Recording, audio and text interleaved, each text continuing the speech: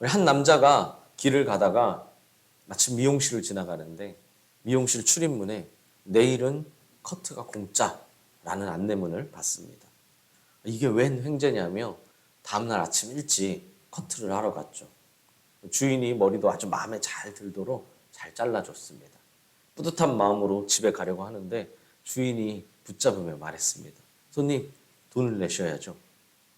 깜짝 놀란 남자는 아니 난 어제 내일은 커트가 공짜라는 안내문을 보고 왔다. 그러면서 안내문을 찾는 거예요. 다행히 출입문에 안내문이 그대로 붙어 있었습니다. 그러자 주인이 웃으면서 말했습니다. 손님, 잘 보세요. 내일이 공짜라고 했지 오늘이 공짜라고 안 했잖아요. 네. 여러분 세상에 공짜는 없습니다. 저번에도 한번 말했던 것 같은데요. 여러분 공짜 폰이 있습니까? 결국 요금 안에 핸드폰 요금이 핸드폰 값이 다 들어가 있죠. 과자 한 봉지도 공짜가 없는데 최첨단 핸드폰을 공짜로 주겠습니까? 무엇이든 나 대신에 이미 다른 사람이 대가를 치렀다거나 그게 아니라면 반드시 내가 대가를 치러야만 하죠. 예를 들어 우리는 매 주일마다 교회에서 점심을 먹고 있습니다. 여러분 이 점심이 공짜인가요? 식재료도 식재료지만 권사님들의 정성과 노력이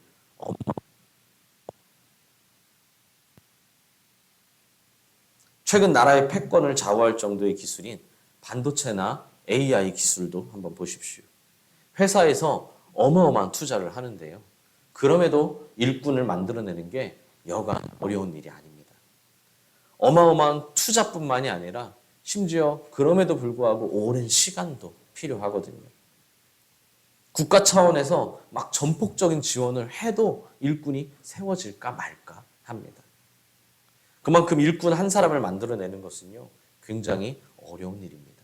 그리고 누군가 되었다는 건 보이든 보이지 않든, 알든 모르든 그 뒤에 어마어마한 투자가 있었다는 뜻이죠. 그 무엇이든 공짜로 생기는 것도 없고요, 저절로 생기는 경우도 없다는 겁니다.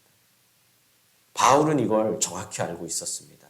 세상에는 공짜도 없고 저절로 되는 것이 없다는 걸 정확히 알았다는 거예요. 남에게 배운 게 아닙니다. 자신의 경험, 자신의 삶을 통해 누구보다도 다른 누가 그렇다는 게 아니라 자신이 그래 왔다는 걸 너무나 뼈저리게 느끼고 알고 있었기 때문이죠. 자신이 사도가 된 것은, 자신이 하나님 나라의 일꾼이 된 것은 자기가 잘나서, 내가 잘나서 된 게 아니라는 겁니다. 그래서 바울은 자신이 사도로서, 일꾼으로서 사명자가 된 것을 특권으로 여기지 않았습니다. 여러분, 사도에게는 여러 가지 권리들이 있죠. 사도에게만 있는 권리도 있습니다. 그건 일종의 특권이라고 할 수 있겠죠. 그러나 바울은 단 한 번도 그것을 특권이라 하지 않습니다. 오히려 오늘 본문의 표현대로 은혜의 선물이라고 합니다. 여러분, 특권이라고 하면은 내가 얼마든지 누려도 되고 나의 조건 때문에 내가 할 수 있는 것을 의미하죠. 하지만 은혜의 선물은 무엇입니까? 내가 뭘 해서 받는 게 아니라 그냥 줬기 때문에 받는 것이죠. 나에게 주어진 것이라는 겁니다.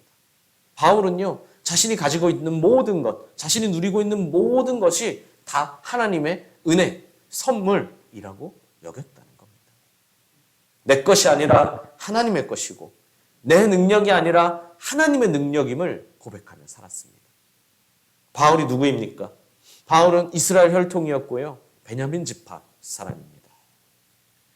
히브리인 중에 히브리인이고 율법으로 따지자면 바리새인이라 할 수 있고요. 심지어 이 바울은 당시의 패권 국가인 로마의 시민권까지 가지고 있던 사람이었습니다. 한마디로 가져야 할 것을 다 가진 사람, 가질 수 있는 것을 다 가진 사람이었습니다. 그러나 그러한 바울에게 가장 귀한 것은요, 딱 하나, 오직 하늘나라의 시민권뿐이었습니다. 그래서 바울은 자신을 모든 성도 중에 지극히 작은 자라고 표현하죠.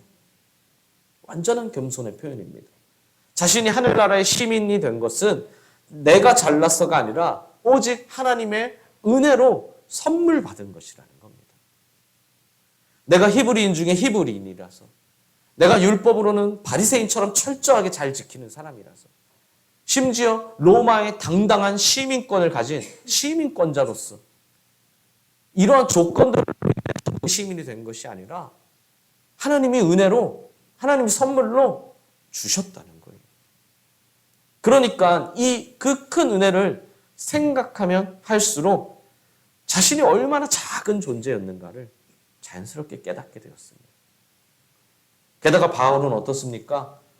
얼마 전에 말씀드린 것처럼 심지어 성도들을 박해한 전력도 있잖아요. 그랬던 자신이 하나님의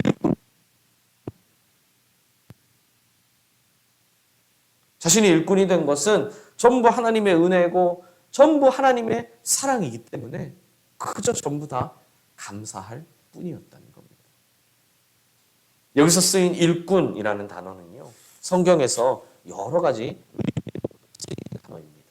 하인, 집사, 사역자, 이런 등등의 이 의미로 이 여기서 쓰인 일꾼이라는 단어, 같은 단어지만 약간 의미만 변경돼서 사용되었어요. 예수님이 말씀하셨죠. 누구든지 크고자 하는 자는 섬기는 자가 되어라. 라고 할 때 이 섬기는 자라고 할 때에도 이 일꾼이라는 똑같은 단어가 사용되었습니다. 무엇을 의미합니까? 목사, 장로, 권사, 집사 등 각종 리더, 여러 가지 직분들은요, 섬김을 받는 사람이 아니라는 거예요. 오히려 직분을 가질수록 다른 사람을 섬기는 종의 자세를 가져야 한다는 겁니다.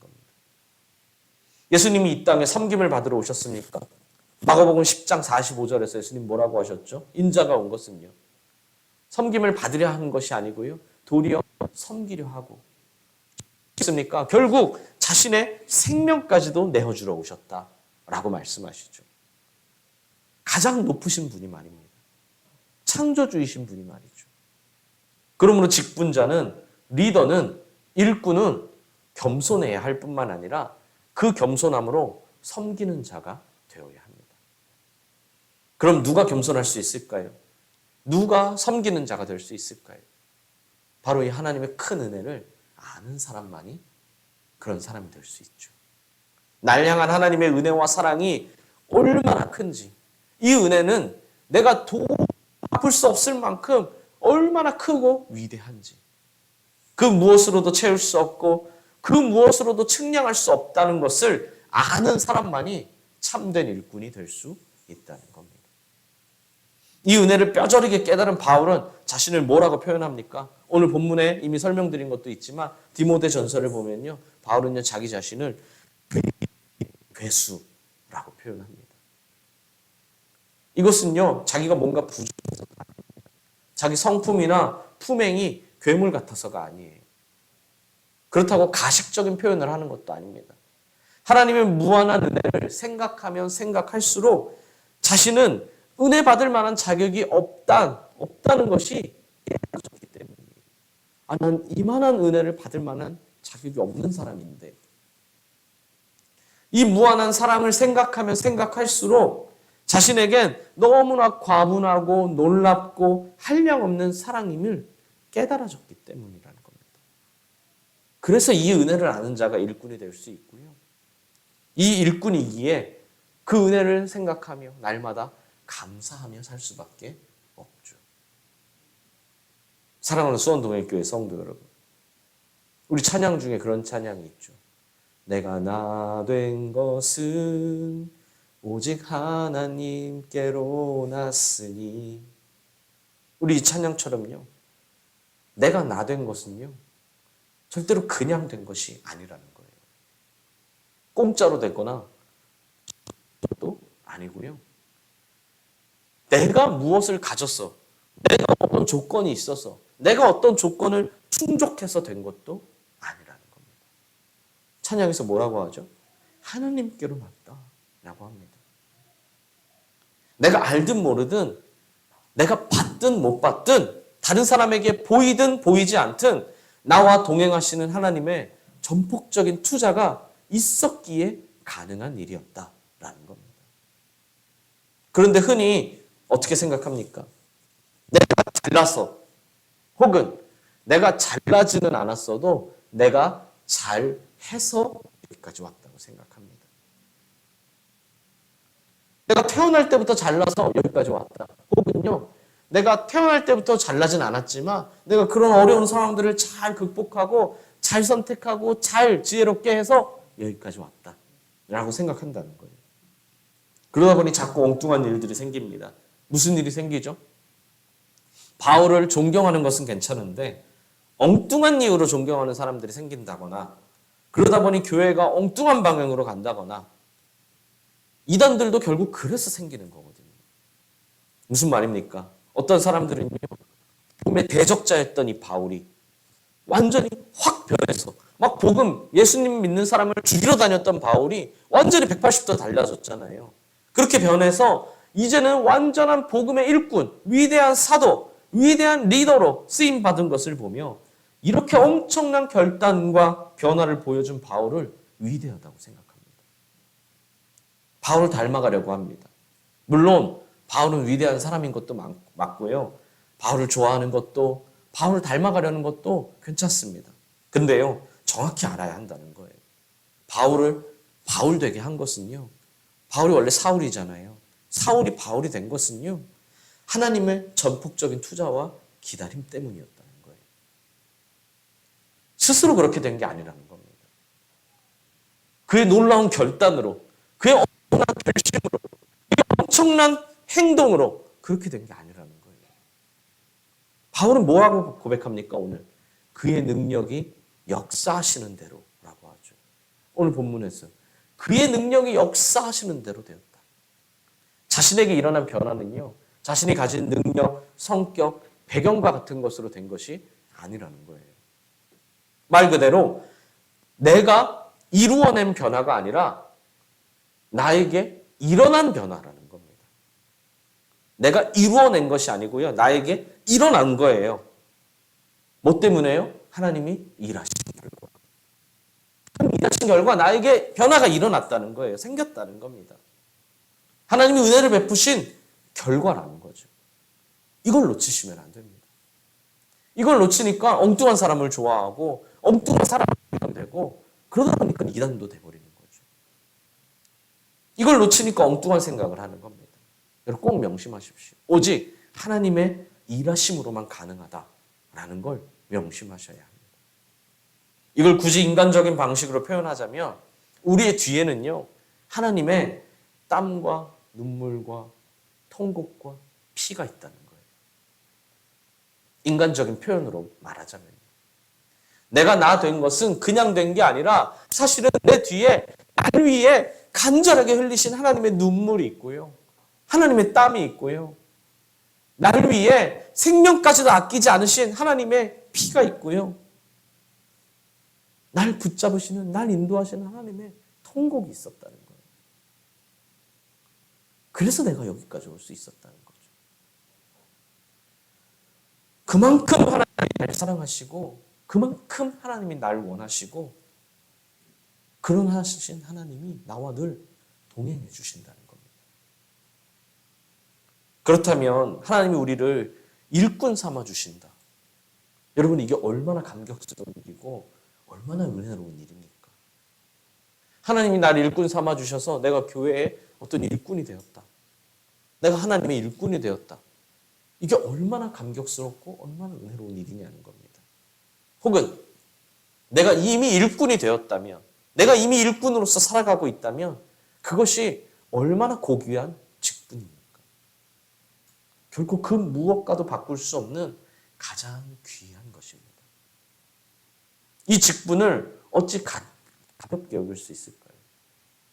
크고 작은 어려움을 만났다고 해서 어찌 이 직분을 쉽게 포기할 수 있겠습니까? 오히려 어려움을 만날수록 더 단단히 붙잡아야 합니다. 가장 소중한 것이니까요.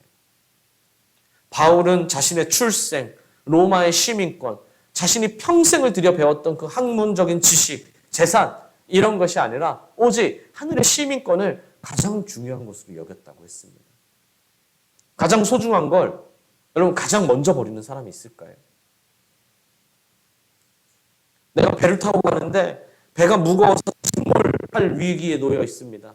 그럼 무엇을 먼저 버립니까? 제일 쓸모없는 것부터 먼저 버리잖아요. 가장 소중한 것은 늘 갖고 있는 겁니다. 다 버려도요. 어려움을 만나 다 버려도요. 하늘 시민권만은 반드시 붙잡아야 한다는 겁니다. 바울이 왜 감옥에서도 포기하지 않고 끝까지 심지어 죽을 때까지 죽음 앞에서도 왜 교회와 성도, 복음을 위해 살았습니까? 어떻게 그럴 수 있었나요? 바울은 이 가치를 알았기 때문입니다. 복음, 일꾼됨의 가치를 알았던 거예요. 자신에게 전폭적인 투자를 하신 분은 다름 아닌 하나님이시라는 것을 알았기 때문입니다. 이 은혜가 얼마나 큰지, 얼마나 값진 것인지 알았기에 오직 복음과 성도를 위해 평생을 바칠 수 있었다는 겁니다. 여러분 생각해 보십시오. 우리 아까 AI 반도체 이야기 했는데요. 그렇게 열심히 막 일꾼을 길러냈는데 일꾼이 된 뒤에 실제로 그런 일들이 있잖아요. 우리나라에도. 막 중국으로 넘어가는. 그래서 기술을 파는. 심지어 자기가 만들어낸 기술도 아니고 자기가 회사의 투자로 자기가 배우고 익히게 된 기술인데요. 마치 그것이 자기 것처럼. 그 산업 스타가 뭐 어쩐다 하면서 진짜 배은망덕한 사람이다. 배신자다. 국가를 팔아버린 사람이다. 막 이러면서 우리 막 욕도 하고 손가락질 하잖아요. 하물며 그런 기술자도 그런데. 우리는 하나님의 투자로 여기까지 온 사람입니다. 하나님의 믿음으로, 하나님의 기대로, 하나님의 기다림으로 여기까지 온 사람이라는 거예요. 이걸 알았던 바울은요. 그래서 끝까지 이 복음의 비밀을 간직했습니다. 절대 타협하지도 않고.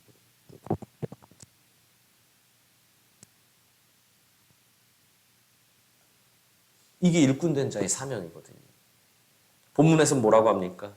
이 큰 은혜를 주신 이유는 측량할 수 없는 그리스도의 풍성함을 전하게 하기 위함이다. 라고 하죠. 이 어마어마한 은혜를요. 나만 누리는 게 아니라 하나님이 사랑하시는, 하나님이 선택하시는 모든 이들과 함께 누려야 한다는 거예요.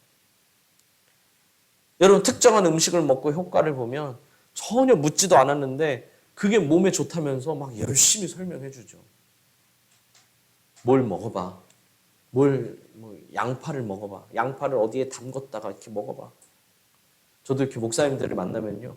막 다 설명해 주십니다. 목사님들이. 이게 몸에 좋다. 이게 몸에 좋다. 당이 오기 전에 빨리 관리를 해야 된다. 하면서 이렇게 다 이걸 먹어야 된다. 얘기를 해 주시죠. 물어보지도 않았는데요. 여러분도 그렇잖아요. 맛집을 알게 되면 어떻습니까? 정말 맛집을 알게 되면 소중한 사람에게 여기 꼭 가봐. 여기 꼭 가봐. 여기 진짜 맛있어. 여기 대신 여기 가면 꼭 이거 시켜 먹어야 돼. 하면서 메뉴까지 정해주죠. 물어보지도 않고 간다는 말도 안 했는데 메뉴까지 정해줍니다. 좋은 아이템을 발견하면 어떻습니까? 진짜 너무 좋으면요. 내가 다시 살 때 몇 개 더 사서 내 주변 사람들에게 이렇게 같이 나눠줍니다. 이거 한번 써봐. 이거 쓰니까 너무 좋더라. 이거 한번 써봐. 하물며 복음의 은혜는 어떻겠습니까? 우리를 일꾼 삼아주시는 은혜를 어떻게 나만 누릴 수 있겠습니까? 본문에 그리스도인의 풍성함이라는 것이 나옵니다. 그리스도인의 풍성함이 무엇입니까? 예수님 안에 있는 그리스도의 풍성함, 예수님 안에 있는 예수님이 주시는 세상의 모든 풍요를 말합니다. 세상에 복을 바라는 사람들이 얼마나 많이 있습니까? 복 받으려고 점을 보고 카드를 보고 별의별 일들을 다 하잖아요. 제가 이번에 목장 기도회 때 부산 갔는데요. 외국인도 정말 많더라고요. 밤에 이렇게 나가봤거든요. 목사님들이랑 이렇게 호떡도 사 먹고 하려고요. 해운대 바다 구경하고 호떡 사 먹으러 이렇게 가는데 막 걸어가는데 호떡집 길이 줄이 제일 긴데 또 하나 줄 긴 데가요. 점 봐주고 타로 봐주는 데가 길더라고요. 외국인까지도 줄을 서 있어서 봐요. 그러면서 우리 목사님들이랑 이렇게 같이 가는데 이제 손님 없는 가게도 있어요. 그럼 저희한테도 운세 좀 보고 가세요. 점 좀 보고 가세요. 이렇게 얘기하는 거예요. 그럼 장난기 많으신 목사님들이 이제 보면서 이제 지나가면서 얘기하죠. 잘 봐줄 겁니까? 이렇게 얘기하죠. 그만큼 사람들이요, 복을 받기를 좋아해요. 복을 받고 싶어 하고요. 근데 그 모든 복은요, 다 예수님 안에 있거든요. 세상의 모든 복은 다 예수님 안에 있습니다. 복 중에 가장 큰 복, 생명은 어디 있나요? 생명도 예수님 안에 있습니다. 다 예수님 안에 있어요. 결국 내가 예수님을 소유하면요, 세상의 모든 풍성함이, 모든 풍요로움이 자연스럽게 다 나에게 따라오게 됩니다. 당연히 그렇지 않겠습니까? 왜요? 하나님이 나 한 명을 일꾼 세우려고 얼마나 많은 투자를 하셨는데, 얼마나 많은 투자를 하셨고, 얼마나 많이 기다리셨고, 얼마나 많이 응원해 주셨고, 나와 늘 함께 해 주시는데, 그럼 내가 복 받도록 하나님이 더 투자해 주시죠. 일꾼으로 세워졌다고 끝입니까? 계속 일꾼으로 살 수 있도록 영원히 동행하시며 도와주시며 인도해 주신다는 겁니다. 사랑하는 여러분, 꼭 기억하십시오. 저와 여러분은요, 평범한 사람이 아닙니다. 하나님의 전적인 사랑과 은혜로 하나님의 전적인 투자와 기다림으로 길러낸 하나님의 일꾼입니다. 이 자부심이 있어야 돼요. 여러분, 미국에서는 어떻습니까? 해고가 자유스러운 미국에서는요, 특히 이런 기술직에서는요, 기술 유출을 막기 위해 해고도요, 당일날 알려줍니다. 출근할 때 알아요. 그래서 아이디 카드를 띡 찍고 들어가는데 안 열리죠. 왜 안 열려요? 오늘 아침에 해고됐거든요. 왜냐하면 기술을 빼갈 시간도 주지 않는 거예요. 근데 거기에서 기술이 많은 사람, 정말 유능한 사람은 어떻습니까? 서로 스카우트 해가죠. 연봉이 10억이다? 내가 20억 줄게. 그럼 부르는 게 값이에요. 진짜 핵심 인력들은요. 얼마든지 스카우트 해가니까요. 해고가 자유스러운 만큼 사직도 자유스럽고 금방 구하거든요. 그런데 우린 뭐라고요? 하나님 나라의 일꾼이거든요. 그 사람들은 얼마나 자부심을 갖고 살아가겠습니까? 우리도 자부심이 있어야 한다는 거예요. 우리는 영원하신 하나님 나라의 핵심 일꾼이기 때문입니다. 여러분, 반도체, AI, 그거 얼마나 갈까요, 사실요? 뭐 길어야 20년, 30년? 그때 가면 또 다른 새로운 핵심 산업, 새로운 핵심 기술들이 또 발견되게 될 겁니다. 그러면 지금 그렇게 대우받았던 사람들은 어느새 뒷물로 물러나겠죠. 영원하지 않아요. 그런데 우리는요, 영원한 하나님 나라의 핵심 일꾼이라는 겁니다. 대통령이나 국회의원한테 상을 받으면 어떻습니까? 상을 받았는데 밑에 대통령 써 있어요. 대통령상이죠. 그거 하나 받으면 정말 뿌듯해하고 좋아합니다. 하다못해 시의원, 구의원한테 상을 받아도요, 그것도 이력서에 쓰기 바쁩니다. 자랑스럽거든요. 그런데 우리는요, 창조주 하나님의 투자를 받은 사람입니다. 자만심은 버리고 자부심을 가지시길 바랍니다. 용기를 내십시오. 두려워하지 말라고 하셨거든요. 두려워할 것도 없고 두려워할 필요는 더더욱 없습니다. 나의 투자자는 하나님이십니다. 여러분, 나의 백이 하나님이라는 거예요. 하나님이 날 보증하십니다. 얼마나 든든합니까? 그러므로 하나님 나라의 일꾼됨을 자랑스러워하고 이 복음의 비밀을 바울처럼 끝까지 포기하지 않고, 다 포기하더라도 이것만은 끝까지 간직하고 또 그것을 전하고, 이 일꾼된 믿음으로 살아가는 우리 모두가 되기를 간절히 소망합니다.